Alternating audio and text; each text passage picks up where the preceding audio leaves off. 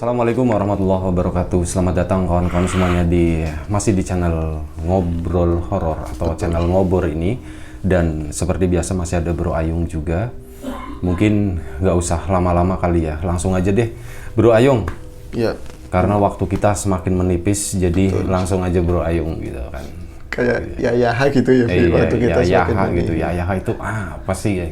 Sosok banget Cihuy. Sosok banget Cihuy gitu. Oke, Bro Ayung, monggo waktu dan tempat dipersilakan. Bro Ayung itu biasa mau berbagi cerita ke kawan-kawan Sebelum masuk, aku pengen cerita. Dari tadi ada yang mengganggu pandangan mata, Bi. Kresek itu isinya apa, Bi? Oh, itu pipa. Oh, pipa. Oh, sok-sok pipa itu. Sok-sok pipa itu rencananya mau bikin standing. Takutnya kan maksudnya kiriman kresek, takutnya kiriman goib atau apa. Udah, gue mikirnya tuh begini. Ini tuh sampah.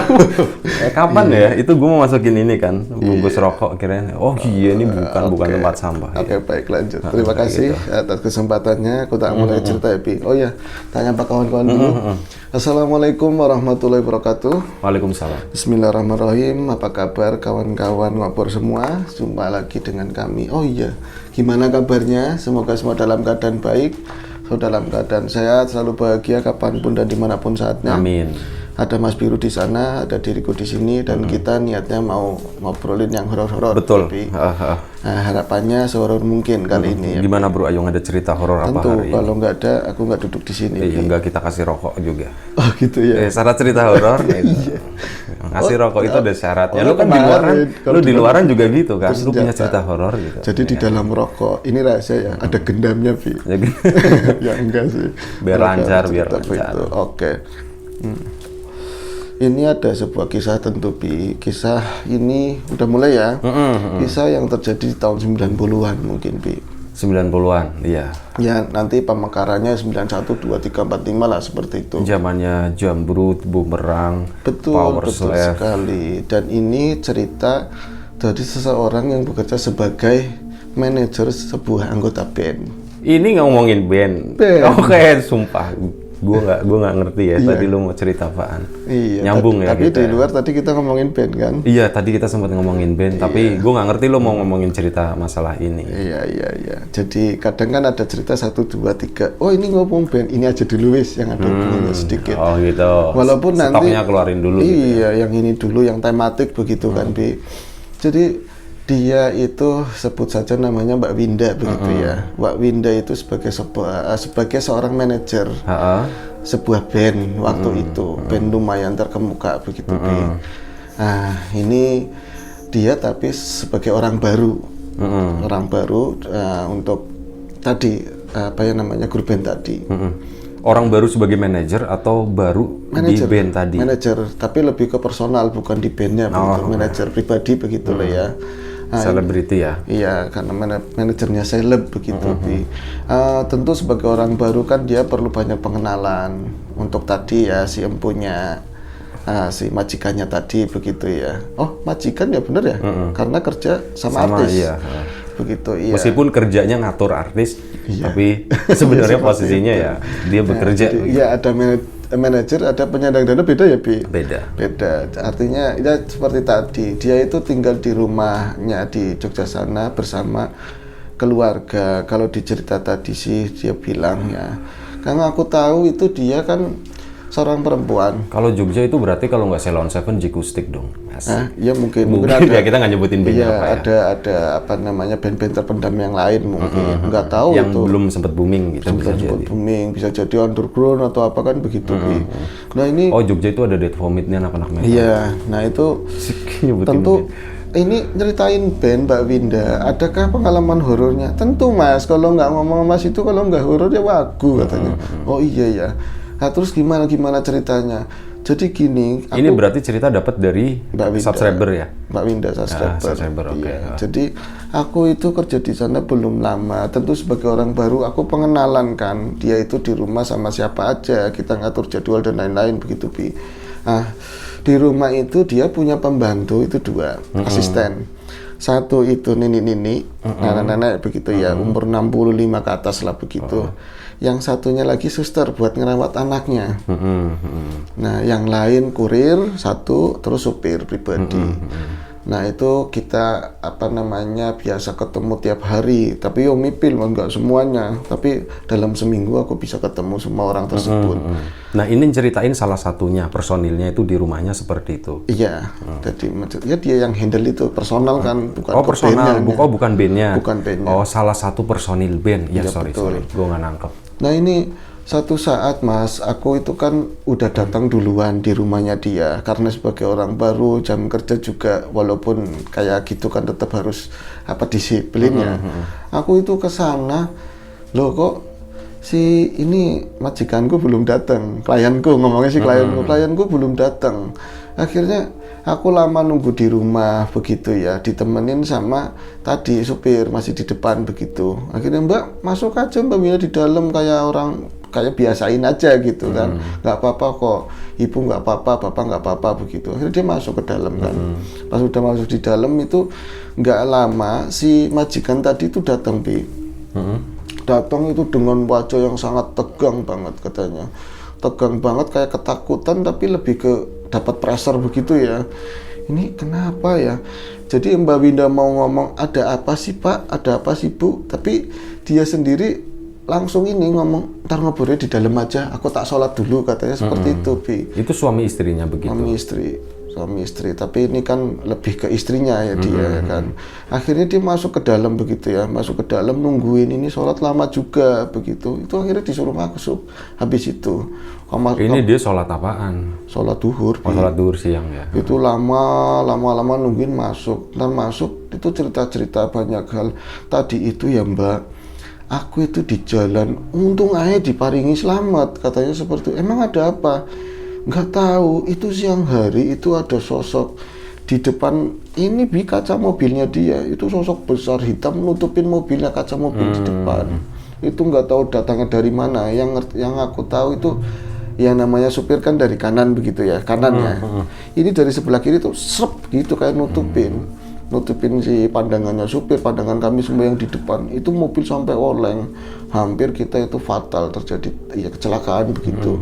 Alhamdulillah dia juga orang pintar, ngerti lah hal kayak gitu. Berhasil aku singkirin, selamat. Tapi sosok itu seakan masih ngindilin, masih ngikutin sampai sekarang begitu. Oh begitu ya Bu. Harus suaminya diem aja santai begitu, diem aja. Terus ngerokok nggak? Nggak, di dalam kamar sih di dalam kamar. Dia wirawiri begitu ya. Nggak lama ada kereta masuk. Kereta. Nggak lama anaknya itu umurnya 6 tahun itu kan nggak ikut sama suster ya, itu masuk ke dalam kamar ngomong, mama aku pengen roti begitu langsung manggil susternya, suster ini anak pengen roti. Susternya masuk ke dalam kan, oh kamu pengen roti, itu ambilin roti, pengen roti itu, dituntun lagi keluar Mbak Winda ngobrol lagi sama si majikannya tadi ya itu pas lagi ngobrol enak-enak, suster itu naik kan tadi katanya ke lantai 2 begitu. Itu turun lagi, ada pintu diketuk, kirain si suaminya atau siapa kan, suaminya tadi keluar gitu ya. Pas masuk lagi ke dalam, ternyata suster tadi sendirian, nggak sama anaknya, itu bawa secari kertas, HVS kata dia seperti itu. HVS itu mukanya tegang si suster tadi. Bu, ini Bu, adik seperti ini gambarnya Bu, dilihat sama Mbak Winda sama si tadi, itu gambarnya mengerikan sekali urak gitu ya? Ya cacing lempengan gitu. Enggak, jadi gambarnya itu orang lagi gantung diri itu gantung diri ya pakai tali tentu ya, gantung diri tapi dia bersimbah darah banyak banget sambil pegang pisau Loh kok gambarnya begini sus? Iya Bu, aku takut banget. Jadi mereka itu sama-sama ngerti kalau anaknya itu indigo yang 6 tahun itu indigo, ngerti lah hal yang, maksudnya dia bukan ke indigo yang selalu ngeliat begitu, tapi bisa tahu, dilalai bisa tahu apa yang di masa lalu dan apa yang mau terjadi Tapi ini gambar nggak jelas, pokoknya menggambarkan orangnya lagi gantung diri lah seperti itu Akhirnya jangan dipikirin, tuh anaknya dijagain lagi kata majikannya kan Nah udah, hari berganti Mas Ayung, jadi aku sampai situ aja. Tak pikirin sih memang kenapa bocah gambarnya begitu. Aku kan nggak ngerti dia indigo. Nanya sama majikannya, emang anak itu biasanya begitu. Tapi mukanya majikannya bukannya tambah beres, tambah tegang gitu loh, Bi. Karena memang ada keperluan, dia mau keluar lagi, Mbak Winda pulang. Nah, besoknya lagi ketemuan di kantor katanya. Ketemuan di kantor, terus cuman sebentar, balik lagi ke rumah tadi. Katanya majikannya mau nusul pulang ke rumah gitu ya. Nah, di rumah tadi karena sepi ya, anaknya juga ada di lantai bawah begitu. Mbak Winda di atas, kucluk naik pelan banget bawa kopi, belum bawa kopi. Jadi nenek-nenek itu naik ke atas. Yang pembantunya. Pembantu tadi. Bu, katanya begitu. Bu, mau minum apa? Seperti itu ngomongnya, Bi. Mau minum apa? Kopi aja, Mbah. Tapi jenengan kok udah tua begini masih kerja aja sih, maksudnya udah nggak liren begitu ya. Betul, dengan berat hati, tapi ngeliat nafasnya aja naik, udah ngos-ngosan. Dia ngomong sudah Senin Kemis Mas Ayung begitu. Akhirnya, lah nek ora aku sing kerja sing golek duit sopo kayak gitu, Bi. Kalau nggak kerja yang nyari duit siapa? Oh iya, kopi hitam kasih gula tapi jangan diaduk, dia ngomong seperti itu, Bi. Nah ini dia turun, pembantunya tadi turun, majikannya datang, ngomonglah ke majikan, itu si Mbah kok udah tua banget masih kerja aja ya, angel dia orangnya memang katanya udah dianggap keluarga di sini begitu, jadi mau ninggalin sini nggak enak katanya begitu, padahal anak-anaknya sih udah ini semua, udah berdiri sendiri lah kayak gitu, tapi udah kayak ngabdi kayak keluarga. Oke, sampai di situ. Nah ini Mas, itu ternyata siang sore harinya, aku kan pulang itu agak sore. Aku tuh ngerasa ada yang aneh, seakan-akan aku tuh mikirin terus si mbak-mbak tadi. Kasihan kayak gitu aja, Bi. Rasanya si Mbak Winda itu kasihan banget. Padahal aku ngeliat orang lain juga banyak yang kayak gitu. Ini mendingan kerja di tempat yang layak, di pasar-pasar, di jalanan banyak. Tapi ini kok aku bisa kasihan banget ngeliat si mbah tadi gitu. Ada apa ya? Pas aku pulang itu jatuhnya pas maghrib persis. Ini biasanya rumah itu aku pulang itu sepi di luar. Palingnya ada supir kalau lagi nggak jalan begitu ya. Aku keluar dari rumah, dia juga pakai mobil, Bi. Pas keluar itu sebelum melangkah, buka gerbang tadi ya, dia buka sendiri, bawa mobil sendiri sih, itu ngeliat si mbok-mbok tadi, sampai cerita ini di share ke aku juga, dia nggak tahu namanya, Bi. Pokoknya Mbah manggilnya seperti itu. Mbah-mbah itu berdiri di pojok rumah, di pojok rumah dengan gelapnya maghrib seperti itu, lampunya kan tundek tapi nggak dinyalain, itu di bawah lampu persis, Bi. Jadi walaupun aku nggak ngeliat matanya Mas Oyung, tapi sorot matanya seakan-akan kosong banget begitu ya. Terus aku karena pengen berterima kasih, sampean udah capek-capek nganterin kopi tadi begitu ya. Aku ngomong, Mbah, kalau wangsulin, aku pulang dulu begitu ya. Dia itu nggak ngomong iya atau apa, cuman ngangguk itu pelan banget, ngangguk seperti itu, ngangguk seakan-akan mengiyakan, matur nuwun Mbah. Sekali lagi dia cuman ngangguk. Tapi itu juga nggak ngomong A atau B, kosong matanya. Kamu ngeliat mata? Enggak, tapi seakan-akan dia lagi mikirin apa, dan kok orang tua maghriban atau apa kayak di situ di pojokan rumah, Bi. Ternyata itu adalah pertemuan terakhirnya Mbak Winda sama si Mbak tadi, Bi. Bentar ya, tak napas. Nah, itu adalah pertemuan terakhirnya sama Mbah tadi. Besok harinya, Bi. Besok harinya si nenek-nenek tadi, jadi yang ceritakan majikannya gitu, itu Win, kemarin itu kan aku mau jalan ke tempat anak-anak ya kan, mau ada acara begitu, tapi di tengah jalan itu aku ada yang nyuruh pulang, entah suaranya siapa, pokoknya yuk kamu pulang cepat sekarang, kamu pulang. Itu udah di tol, Bi, katanya. Itu langsung balik lagi,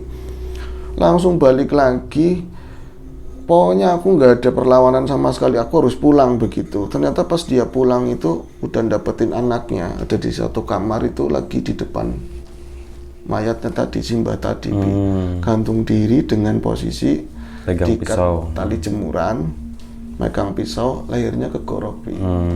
Itu seperti itu, Bi. Modelnya seperti itu. Anaknya lagi histeris ngeliatin itu. Nah terus berarti aku kan ini ya, si nenek itu udah meninggal, masih belum Mas waktu itu, masih bisa diturunin, tapi ya tetap terlambat. Tapi yang aneh, nenek itu sempat ngomong ke aku, ke majikannya Winda tadi, Bi, katanya, aku ini kenapa katanya begitu, dengan tersendat, udah berkelokor-kelokor banget, aku ini kenapa, aku salah apa gitu Bi. Itu lewat Bi, wassalam. Itu di pertanyaan besar waktu itu, ya skor polisi apa datang semua kan kayak gitu. Tapi yang aneh, dengan diselidiki secara apa namanya umum ya bagian macam-macam itulah tekniknya, aku nggak paham, itu nggak ada mengarah, maksudnya manusia itu bilang itu nggak ada Bi, bahkan kayak gitu sama sekali nggak bisa ada barang bukti sama sekali. Dia itu dari penyelidikan seolah-olah itu udah disiapin semua sama si Mbak itu sendiri Bi. Nunggu orang rumah itu sepi semuanya, sedangkan track recordnya majikannya ngerti dia itu sosok baik-baik aja, keluarganya baik-baik, dia bahagia Bi, nggak ada masalah, nggak ada masalah sama sekali. Tapi belakangan ini memang kayak ada banyak serangan-serangan kayak gitulah, kayak tadi di atas mobil ada kayak gitu Bi. Terus di rumah juga kadang-kadang sering ada makhluk datang. Ini apa mungkin ini Mbah tadi nyerangnya seperti itu loh Bi. Akhirnya aku sama Winda kan ngobrol ya, ini arahnya kemana ya? Itu masih jadi misteri Mas sampai saat ini. Tapi karena memang ini menyangkut sesuatu yang memang pelik, akhirnya kita juga di atasnya mereka begitu ya, ada orang-orang penting. Ini akhirnya kasus ditutup Bi, saat itu Bi. Kasus ditutup dan dikemukakan secara layak begitu ya. Nah berarti selesai. Iya, tapi yang kasihan si bocah indigo tadi itu kan udah digambar kejadiannya. Sebelumnya itu ada orang gantung diri pegang pisau, ternyata si tadi mbah-mbah tadi Bi. Ini kan akhirnya kasihan dibawa ke psikiater, nyampe 2 bulan Bi, pengobatan seperti itulah di psikiater. Nah, maksudnya trauma traumatisnya mendalam ya, kayak gitu, kasihan banget. Terus setelah itu ada kejadian apa lagi?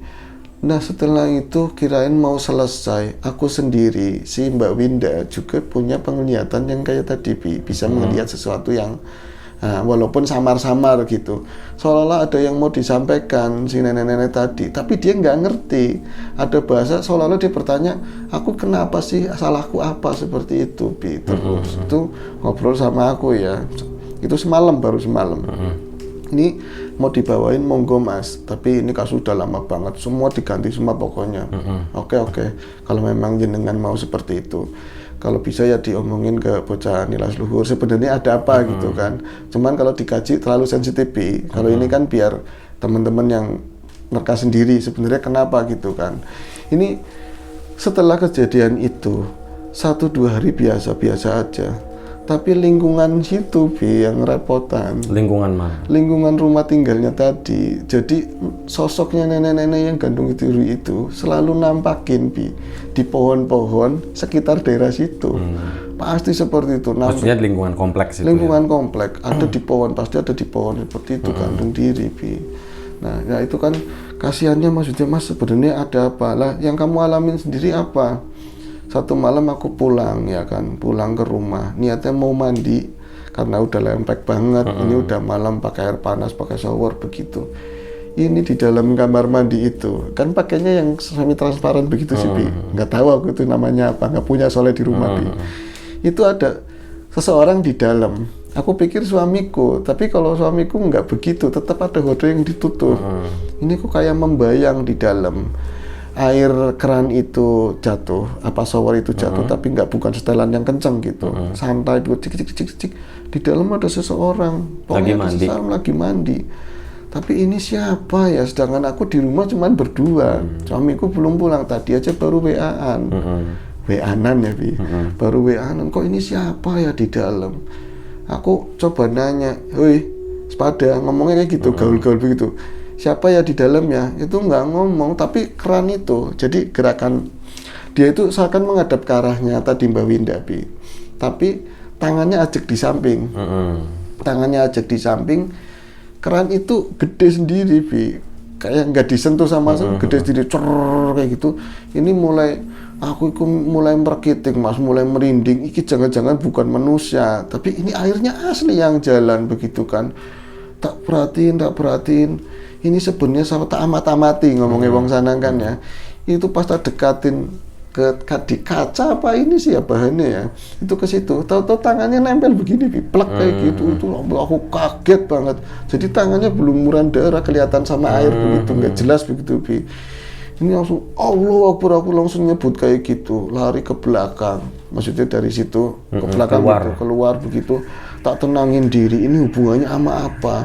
Wah, batinku mengatakan itu ada hubungannya sama peristiwa tadi, yang kemarin yang tadi diceritain. Simbah tadi ya, sebentar ya bro ya. Terus? Tapi kalau misalnya aku tetap diam di sini, kalau memang itu dia, bisa jadi dia, kalau makhluk kayak gitu kan bisa pindah-pindah kemana aja. Diberani-beraniin, diparanin ke kamar mandi. Jadi ini shower itu masih nyala, masih terus, masih airnya masih berisik banget begitu kan. Cuman dia pintunya kan nggak pakai pintu, cuman pakai gorden yang model begitu kan. Itu dok di dupok aku nyebut sabisane, padahal di kamar mandi kan nggak boleh jigiran ya. Tapi aku lali wis, pokoknya aku lupa. Itu tak buka pelan-pelan, pertamamu tak pegang begini masih ada, orang tangannya aja masih plek begitu. Tapi berarti ngadepnya ke sana. Dia ngadep ke sini, mau tak gap katanya dia begitu. Wis tos-tosan. Boyo aku wedi kata dia seperti itu. Dibuka langsung seret begitu, nggak ada sama sekali nggak ada. Tapi ini si shower tadi itu mendadak kecil. Di sini ada genangan darahnya, Sisa-sisanya. Sisa darahnya ada, di kaca juga ada yang nempel, bekas ininya masih ada plek begitu loh, lewer begitu. Kok nggak ada ya, ini bener-bener ngerjain. Aku sih yakin itu bukan nenek-nenek tadi, dia orang baik. Tapi masalahnya apa aku nggak ngerti. Tapi kok aku yang dikejar begitu, kenapa? Akhirnya dia masuk kan dari kamar mandi masuk ke ruang dalam begitu ya, ke rumahnya dia sendiri. Mau masuk ke kamar nanti, aku mau ke depan, itu ternyata di pintu depan lagi berdiri, pilih posisinya kayak gitu. Ini nyericis katanya, di sini kayak bekas gorokan begitu, nyericis begini. Itu sosok nenek Simbah itu ya? Iya, kalau misalnya normalnya kan gini mas, nenek-nenek kan rada bungkuk kalau berdiri otomatis ada nangkuk begini. Dia itu kayak kejirit sininya, keangkat, sininya ini kakinya nempel sedikit ke keramik seperti itu cas darah seperti itu. Maksudnya nyerang jenengan apa enggak, kayak dia ngomong sedih, aku kenapa kayak gitu, yakin serem banget aku bilang kayak gitu. Itu jam berapa? Malam, suamimu belum pulang, malah berarti aku bisanya cuma mematung. Aku coba mau komunikasi tapi dia nggak ngomong, cuman kayak menyampaikan kesedihannya aja seperti itu. Aku kenapa, aku mau coba membantu dengan rasa takut tak kuasai begitu. Belum selesai dia ada ucapan begini, aku iki piye, baru ngomong kayak gitu, pintu dibuka dari luar, suaminya pulang.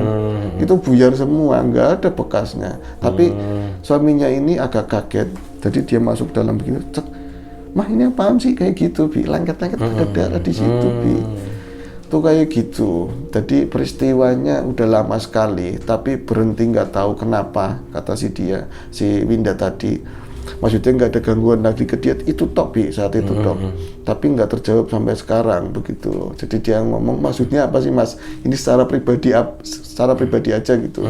Siapa tahu ngerti asbabnya apa. Ya aku nggak mau ngomong, anak-anak juga nggak mau ngomong. Soalnya ini kan kasus sudah ranahnya ke ada polisi, ada macam-macam begitu ya. Tapi secara pribadi sebabnya banyak aku bilang. Bisa jadi karena tadi spiritual juga, ada perang juga.